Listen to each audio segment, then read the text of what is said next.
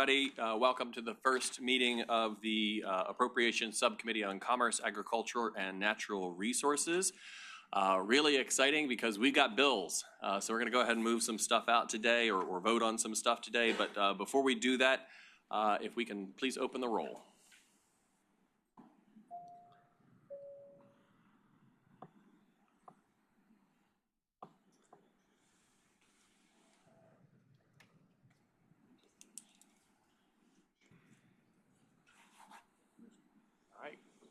Clerk, close the roll. We have a quorum. Okay, as I mentioned, we have a number of bills that we are going to hear today, and then hope everybody will be able to stick around for what should be a really, really good presentation on housing in the Commonwealth of Virginia, which has gotten to be a very, very important topic with respect to the availability and the affordability of housing. For our bills, first up on deck, Delegate Ballard, House Bill 1580. Welcome, Delegate Ballard. Thank you, Mr. Chairman. Members of the committee, so as stated, I have House Bill 1580. As it's a pretty straightforward bill. I'm sure you all have seen it. It essentially expands, and I don't even like to use the word expand. I want to say enhance the Tobacco Commission, because expand is such a visceral reaction to the Tobacco Commission. So all it does is it adds Planning District 4, which is basically the New River Valley. So Planning District 4, it's Floyd County, which is already in the commission, Giles, Montgomery, Pulaski, and Radford. So we're wanting to add those localities, which is Planning District 4, into the Tobacco Commission. And members of the committee, I mean, I understand, I think where this bill is going to go. This is the third year, I believe, where I've brought this bill. Last year, it actually got a little traction, got some votes on both sides. My first year, when my dear friend Delegate Marshall was in charge of the committee, he told me, he's like, never a chance, Ballard. And so I didn't get one vote. But it's getting a little bit of traction. I hope the committee will look favorably upon it. And certainly open for discussion if the committee did not want to include the entire Planning District 4, maybe Giles County, where a certain beloved delegate resides, because we have the Celanese Corporation there. Celanese makes tobacco filters, employs about 1,000 people, and is the largest employer in Giles County, and certainly suffered at the decline of the tobacco market. So Giles County would certainly benefit from the funds that are in the Tobacco Commission. I won't belabor the point, Mr. Chairman, but that is the bill. Thank you very much, Delegate Ballard. And just to remind the audience and the subcommittee members, since this is the first time these bills are being heard, we will open up for public testimony. Before we do that, does any member of the subcommittee have questions for Delegate Ballard? Mr. Chairman. Delegate Sickles. Do you have the existing members that are part of the Tobacco Commission now? Are they on board with this? Do they support your bill? Mr. Chairman, Delegate Sickles, I certainly don't want to speak for my colleagues that are on the Tobacco Commission. I do think it has some traction to include Giles County. I will say that. I've spoken to members that makes sense. But I think most, if not all, candidly, are very reluctant to add localities to the commission. Thank you for being so honest, Delegate. I'm an attorney, Delegate Sickles, so honesty is my profession. Thank you, Delegate Sickles. All right, seeing no additional questions from the subcommittee, are there any members of the audience who wish to speak in favor of the legislation? Seeing none, is there anybody who wishes to speak in opposition to the legislation? All right, seeing none, we'll bring it back to subcommittee. All right, do we have any further comments or a motion? Wait, Mr. Chairman. Delegate Sickles. I saw Eric Phillips make a face over there. So on behalf of him, I will move to table. Move to table. Do I have a second? Second. All right, it's been properly moved and seconded to table. That's non-debatable. Clerk, open the roll.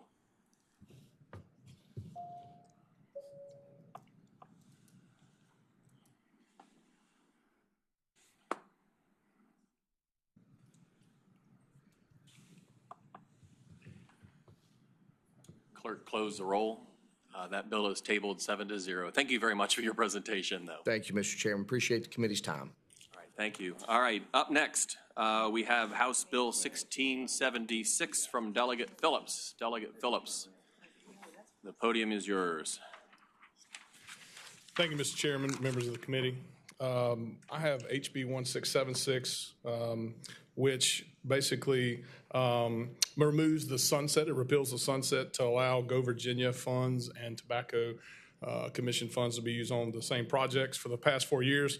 This provision has allowed these two state grants to work together effectively, enabling localities and nonprofits to leverage funds for crucial economic development projects. The collaboration has led to numerous successful projects in Southwest Virginia, Southside Virginia that foster economic growth and job creation and community revitalization. Each year, well, now it's every 2 years, the need to renew this provision creates uncertainty.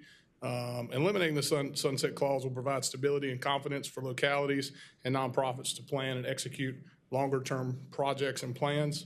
So by making this provision permanent, we streamline the funding process, allowing more efficient project execution, better resource allocation.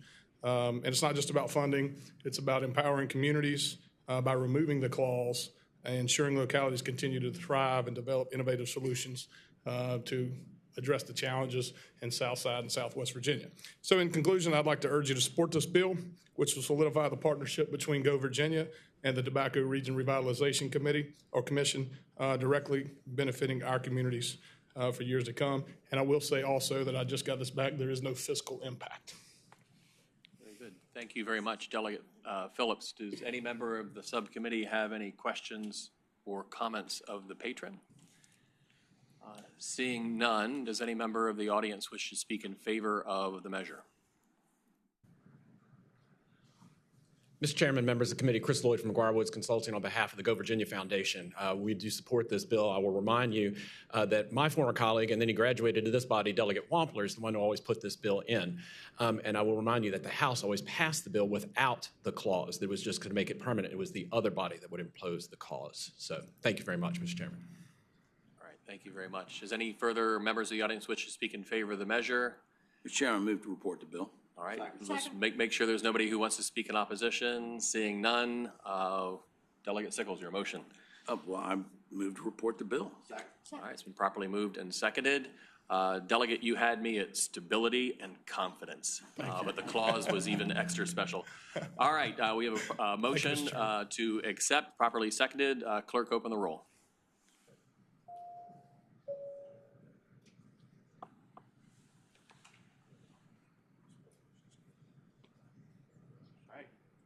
Clerk, close the roll. That bill reports 7-0. Thank you very much, Delegate Phillips. All right, our next two are from me, and so I'm going to turn to my great vice chair and give him the gavel, and hopefully he is nice. I'm surprised to get this power all of a sudden. There you are. Okay, Delegate Bulova, can you present your bill 1702? Thank you very much, Mr. Chairman. I do have a substitute. Well, would someone move the substitute? Second. It's been moved and seconded. All in favor of moving the substitute, say aye. Aye. Opposed? The substitute is before us. Very good. All right, thank you, Mr. Chairman.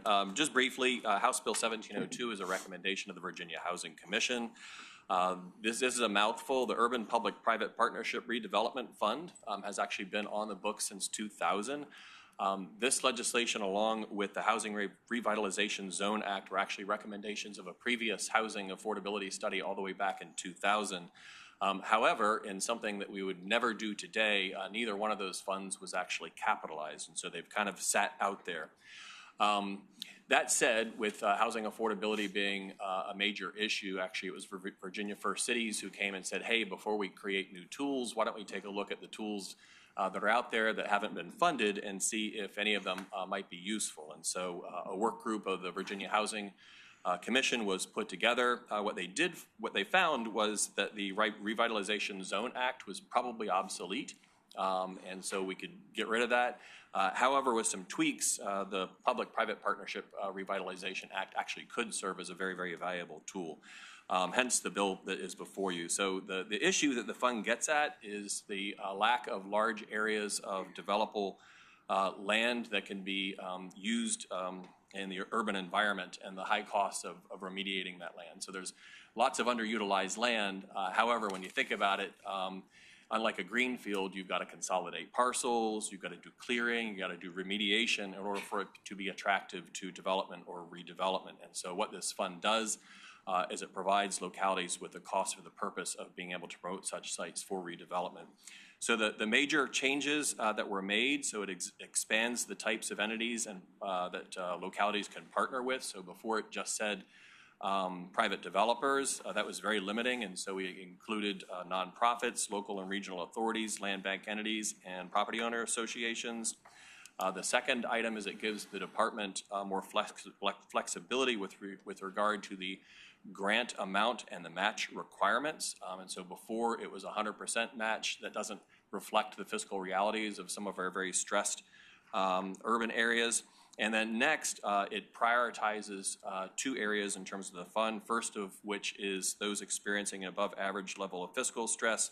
And the other part, and this was the reason for the substitute, is actually to focus on localities experiencing significant decrease in commercial real estate assessments. And so this is really the result of the fact that after the pandemic, a lot of people work from home, and you've got cities and inner cities that are saddled with obsolete office space that will almost never be filled and could actually be repurposed for housing and other reasons. So that is the nature of the bill, Mr. Chairman. It also, because we like to clean up the code, does repeal the Housing Revitalization Zone Act. But I appreciate the subcommittee's consideration. Are there any questions of the committee for the bill patron? Is there anyone in the audience that would like to speak against this bill? Is there anyone in the audience who would like to speak for this bill? I see the first cities are coming to the microphone.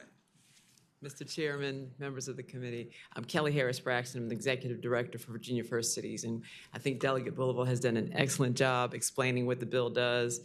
We strongly support it. Our 18 communities are very interested in having additional stackable tools that will help to deal with the housing crisis and other things. So thank you so much for this opportunity. Thank you for coming today. Yes, please introduce yourself. Welcome. Mr. Chairman, Mitchell Smiley with the Virginia Municipal League. I align myself with the comments from the First Cities, and thank you for supporting the bill. Thank you. Welcome. Good afternoon. Thank you. Elizabeth Rafferty here on behalf of the Economic Developers Association, and all our local and regional economic developers are very supportive of this and the opportunities that it will create to use existing space to create housing and other commercial opportunities. Terrific. Anybody else? Okay, it's your last chance. We operate by motion. Second. The substitute has been moved and seconded. Clerk, please open the roll.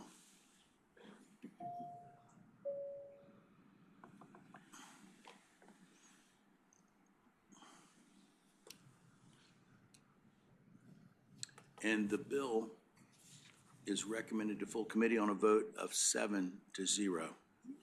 Congratulations, Delegate Boulevard. You have another one.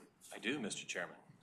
Thank you, Mr. Chairman. So this is House Bill 1948, and in the same way that last one was a tongue twister, this one also is a long name. So the Abandoned Mine Land Grant Retention Fund. This is actually at the request of the Department of Energy. Just some very quick background. So under the bipartisan infrastructure law, Virginia will receive $22.78 million per year for the next 15 years for abandoned mine land remediation. The program is administered by the Department of Energy.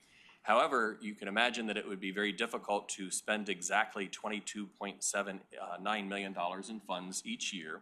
And as such, the federal law allows Virginia to retain up to 30% of those funds in a given year, as long as they go into a special non-reverting fund only to be used for those purposes.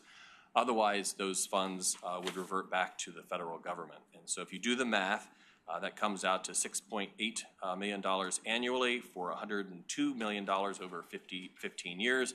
That would have otherwise been lost, but now with this fund can instead be invested in Southwest Virginia.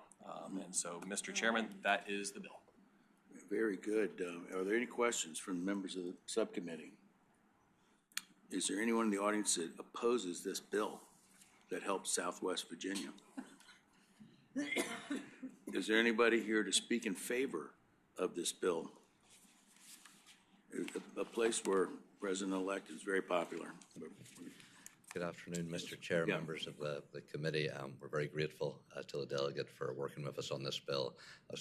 Larry Corky, Department of Energy. We support the bill. Thank you. Well, thank you. Thank you for supporting it. Okay, are there any other questions? Okay, the committee, you know how it operates. Okay. What needs a second? Second. Okay, it's been moved and seconded that we report this bill 1948. Clerk, please open the roll.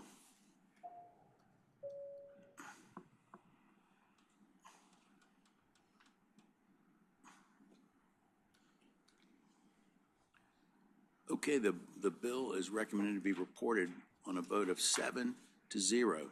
Thank you very much. And Mr. Chairman, I will hand back the gavel to you. Mr. Chairman, that was an excellent job. All right, last bill up is House Bill 2077 for Delegate Krizek. Delegate Krizek, and I believe we may have a substitute that we're pondering. Good afternoon, Mr. Chairman, members of the committee. Yes, we have a substitute for HB 2077. I'll move the substitute. All right. Second. All right, substitutes properly before us. All in favor say aye. Aye. All is opposed. Delegate Krizek, you want to describe the substitute? The substitute strikes, if you look at the bill, the substitute strikes the lines 105 through the end of the bill. Doesn't really change the substance of the bill, so it's easy enough to strike out. All right. So Delegate Krizek, I guess now that we've adopted the substitute, it just gets rid of the section that affects the Regional Greenhouse Gas Initiative, cleaves that off so that we're not doing anything with that, and instead we're just saying that Community Flood Preparedness Grant Fund is available for our federally and state recognized Native American tribes, correct? Right, our federally and state recognized tribes. You said it better than I did. I would have. So thank you very much. But as you all know, what this fund does, it provides support for the region and localities across Virginia to reduce the impacts of flooding. And right now, without this, only local governments are eligible. And so I think it needs to include them. And they once upon a time were. We have Jay Ford from the Chesapeake Bay Foundation is in the room, and he can speak to this if you'd like, Mr. Chairman. Mr. Ford. Mr. Chairman, members of the committee, Jay Ford, Chesapeake Bay Foundation, thank the Delegate Krizek for bringing this piece of legislation.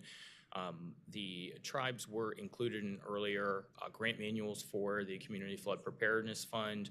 It was determined that the agency did not have clear statutory authority to include them, so they came out of later grant rounds. This is really just clarification, and I think one of the important things to keep in mind here is that when we're looking at resilience projects, they don't actually know where the jurisdictional bounds are, so a lot of holistic resilience planning does necessitate coordination between localities and the tribal nations within the Commonwealth's boundaries.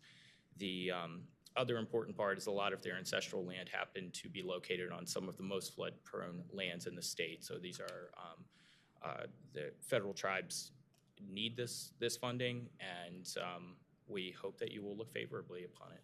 Great, thank you very much. All right, does any member have any questions of the patron or comments? All right, seeing none, do we have any members of the audience who wish to speak in favor of the legislation? Welcome, just introduce yourselves. Mr. Chairman, members of the committee, Ken Wright with the Potomac Conservancy. Just wanted to echo CBF statements on the bill and voice our support for the legislation. Thank you. Thank you. Mr. Chairman and the committee, my name is Ian Blair with Wetlands Watch, recognizing that Virginia's tribal nations experience the same increasing flood risks as regional and local entities and should be eligible to receive these critical state resources we support. Great, thank you. Thank you. All right, is there any member of the audience who wishes to speak in opposition to the measure? All right, seeing none, we bring it back to the subcommittee. Do we have a motion? It's been properly moved to report. Second. And properly seconded, the substitute. Any further conversation? All right, clerk, open the roll.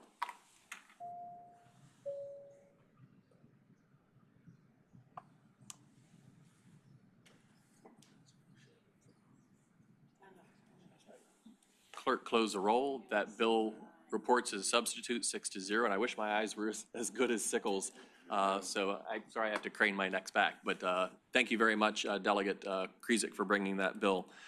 That completes the bills we have. I hope we're able to stick around for what I think will be a very informative discussion with respect to housing. And so at this point, to talk about Virginia's housing programs and what we're doing, and setting the stage for a session where I know housing affordability will be a major issue. We have Fred Bryant, Chief Counsel for Virginia Housing, and Damus Boudreau, Government Relations Manager for Virginia Housing. So welcome.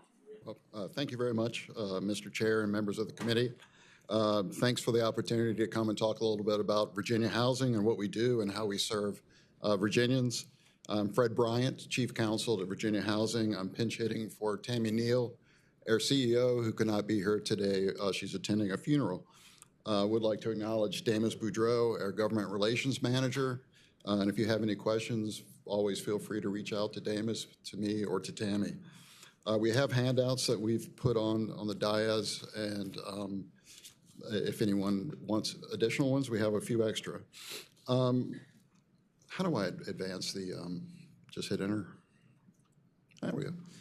So Ms. McKay asked us to give an overview of our programs, our background and mission, and our housing programs, and some numbers on investment in those programs and the numbers of Virginians that we serve.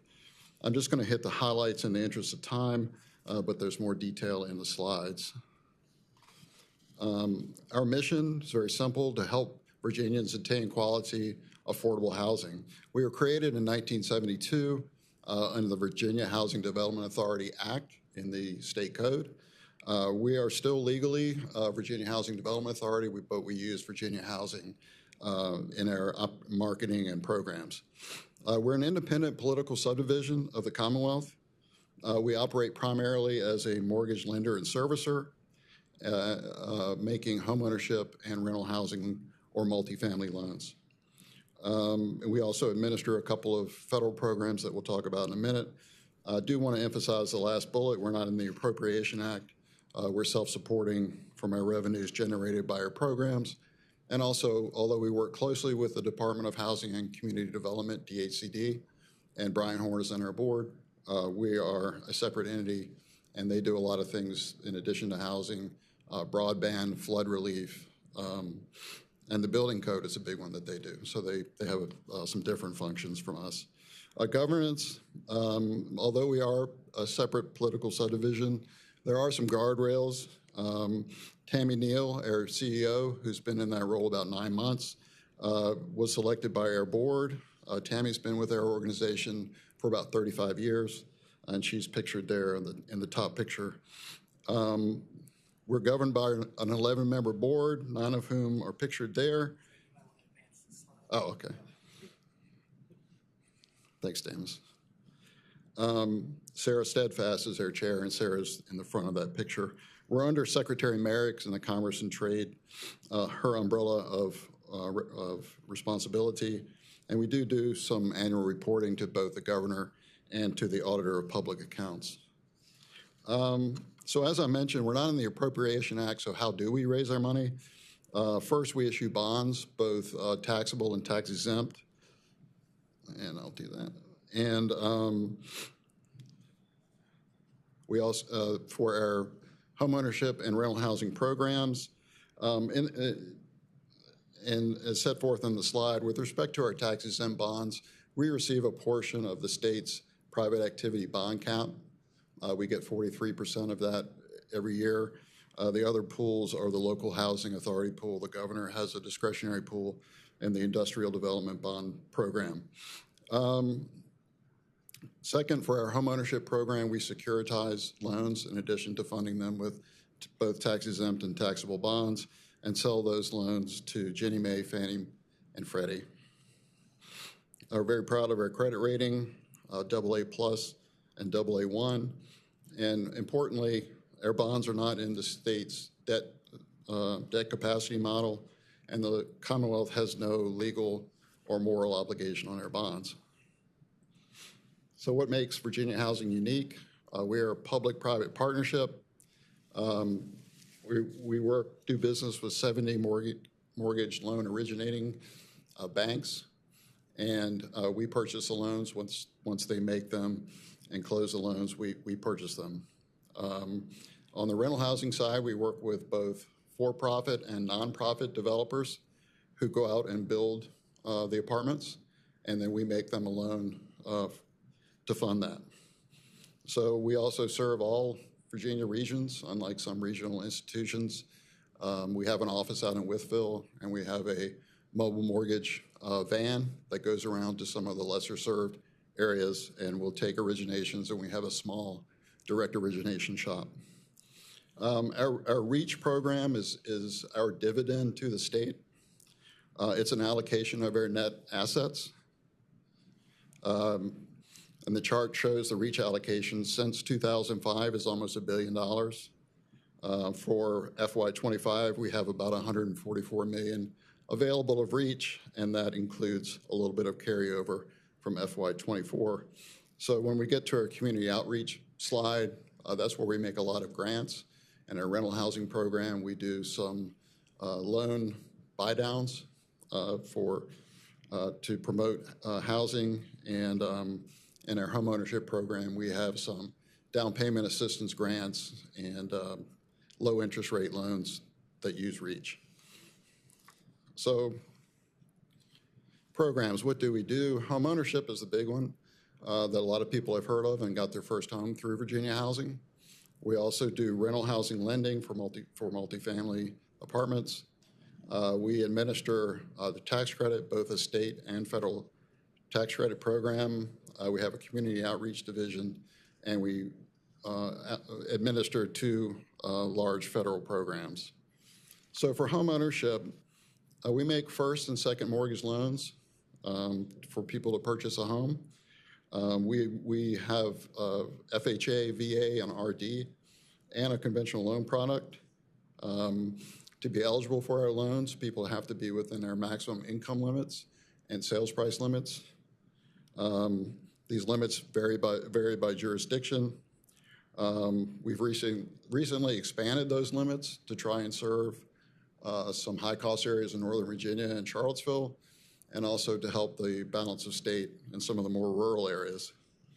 So in FY24, we assisted about just over 4,000 homeowners to get their loan. So we do also offer down payment assistance and closing cost assistance in areas of economic opportunity, many of which are in rural areas. And we service our loans, so people don't have to track down who their servicer is. Rental housing lending, this is our apartment developments that we finance all throughout the state. And typically, the tenants are at 60% AMI or below. We also have what's referred to as our MUMI program, which stands for Mixed Use, Mixed Income, and that's statutory authority for us in revitalization areas to do some projects that have both moderate income tenants and some unrestricted units. And they can also have some commercial space, typically on the first floor on a lot of Main Street type development. You'll see a shop on the first floor and a few units above. But we also do some larger developments. We've done a bunch over in Manchester and Richmond under that MUMI program. So the loans are typically 30 to 35 years, fully amortized loans. We do construction to permanent lending, and also we do perm forward, taking out a local bank that does the construction loan. So in FY24, we did about 3,800 rental housing units for a total of $642 million of financing. And like homeownership, we service that portfolio as well. Rental housing tax credits. So we administer both a federal and a state housing tax credit. Developers compete for these tax credits, and if they're awarded the credits, they then sell them to an investor, and the money they make for the sale of the credits gets invested in the deal, as equity to pay for the cost of development. In exchange for getting the credits, the developers agree to comply with maximum tenant income and rent limits. So that's what we get in exchange. And they have to comply with those for 30 years. I mentioned the state Housing Opportunity Tax Credit Program. That program does sunset at the end of this calendar year. That's a state credit that we pair with the federal credit. Let's see. Community outreach, that is sort of our grant-making wing, and some of the grants that we make are for community impact grants, for studies, local housing studies. We do some accessibility grants for people to rehabilitate their homes if they're under a disability. And we have some innovation grant, competitive grant programs. Federal assistance, we administer the Section 8 program, or what we refer to as the Housing Choice Voucher. That's a balance of state for localities that don't have their own programs. And we also are just wrapping up the Virginia Mortgage Relief Program, which was federal funds for homeowners having a negative impact of COVID. And we helped them get their mortgage current and make their payments while they were having that issue. Some areas of focus, innovation and increasing supply. We've done some 3D printing of homes, modular construction and manufactured housing, looking for innovations there. Focused on rural or public housing revitalization and permanent supportive housing. A large program just announced this year, the governor issued Executive Order 42, which we're kind of formalized what we're already doing with DHCD and BEDP. And it's a program to help with the creation of, when an employer comes in, they need housing to get their workforce there. Some other priorities have to do with rental housing, closing the funding gaps, preserving what we already have, addressing an increase in operating costs. We're seeing hazard insurance premiums go through the roof. And also on the homeownership side, increasing access and opportunity for homeownership. So that's our contact information, and there's an addendum showing some distribution of our single-family homeownership loans for the last 5.5 years. And then this slide shows the distribution of our rental housing properties for that same period. So that ends my presentation, Mr. Chair. Marvelous. Thank you very much. That was a really great amount of information to pack into one thing. So, and very nicely done. Do members of the subcommittee have any questions? Delegate Tata. Thank you, Mr. Chairman.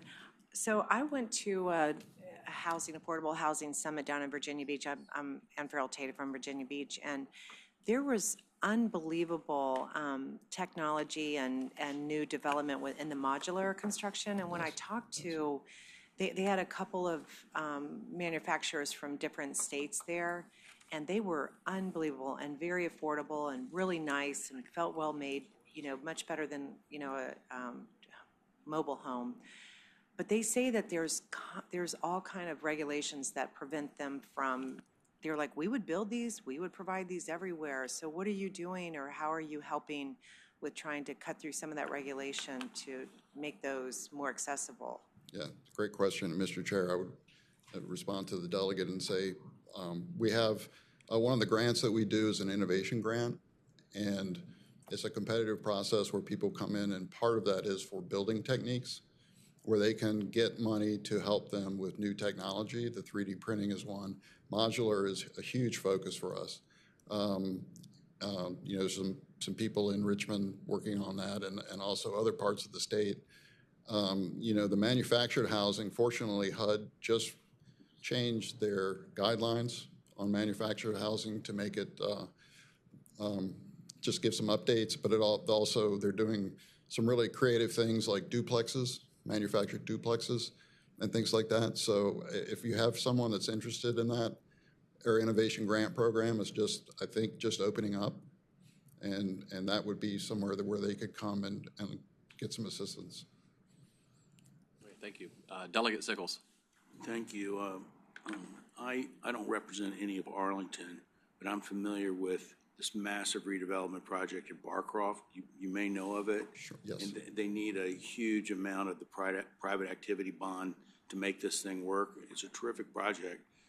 Could you give us, will you guys be able to meet their needs? Thank you for that question. And Mr. Chair, I respond to the delegate and say, Barcroft, we're working with Jair Lynch as the developer of that deal, working with him very closely. Monique Johnson, who's our director of, our chief of programs, I think is talking to him just about weekly. And we're trying to figure out, because it is a very large ask, it's a large number of phases. The private activity bond cap is a scarce resource, so we're looking at what role would Virginia Housing have as far as would we do a portion of it and do some local housing bonds issued for some of it, with Virginia Housing doing some of it. So we're in talks with Jair Lynch. We're working on a private letter ruling with the IRS on an issue that we had to get clarity on. So very much in discussions and very, very much in the mix. Yes, Delegate Sickles. Is there another source of private activity bonds that they could have access to besides the ones you control? Yes, sir. Mr. Chair, there is, the private activity bond cap is divided into 4 pools. We get 43%. The governor has a discretionary pool which he can use for housing. Local housing authorities get another pot. I think on Barcroft, they may have already done one phase, if I'm recalling, which I think they did with local housing authority volume cap. But that is a scarce resource. They're limited. I can't commit to it, but we're very much looking at what our role could be in it. Thank you for your efforts. Thank you. Yeah, thank you, Delegate Sickles. Delegate Bloxham and then Delegate Krizik. Thank you, Mr. Chair. 2 questions, both about the housing tax credit. Sure. One, is it fully subscribed yearly, and is it geographically spread out throughout the state? Let me just get to that, my notes there. So the state tax credit is oversubscribed. We got about, I believe, maybe 3 or 4 times for the amount of credits we had. In 2025, in this calendar year, we allocated both the 24 credits and the 25 credits because we had so much demand for it. We do in that program, we pair it with the 4% credit focused on new construction and adaptive reuse to create inventory. It has a first right of priority for rural deals in localities less than 35,000 in population. And we met that for this award year. And overall, we're just under it for the 5 years. Follow-up question. Delegate Bloxham. Do you know how the inventory, how many units you've increased with this through this tax credit? And I don't need to know today, but I was just curious. Sure, I can get you that information. Thank you. I do have it. It might be in the slides, but Mr. Chair, it is in the slides. And over the 5-year period ending this year, we will have supported 2,000 units, 31% in small jurisdictions since 2021. Thank you. Thank you. Thank you very much. Delegate Krizik. Thank you, Mr. Chairman. This is a very impressive report, and you guys do amazing work. And it's great to see. And you've got your fingers in a lot of different things, don't you? I have a couple questions, Mr. Chairman. One of the concerns I have is around the manufactured homes and the mobile homes, and that we are losing these naturally occurring affordable housing units, if you will. Every year they're disappearing, especially up in my neck of the woods. We have, I think, only 5 mobile home parks left in my district. We used to have twice that amount.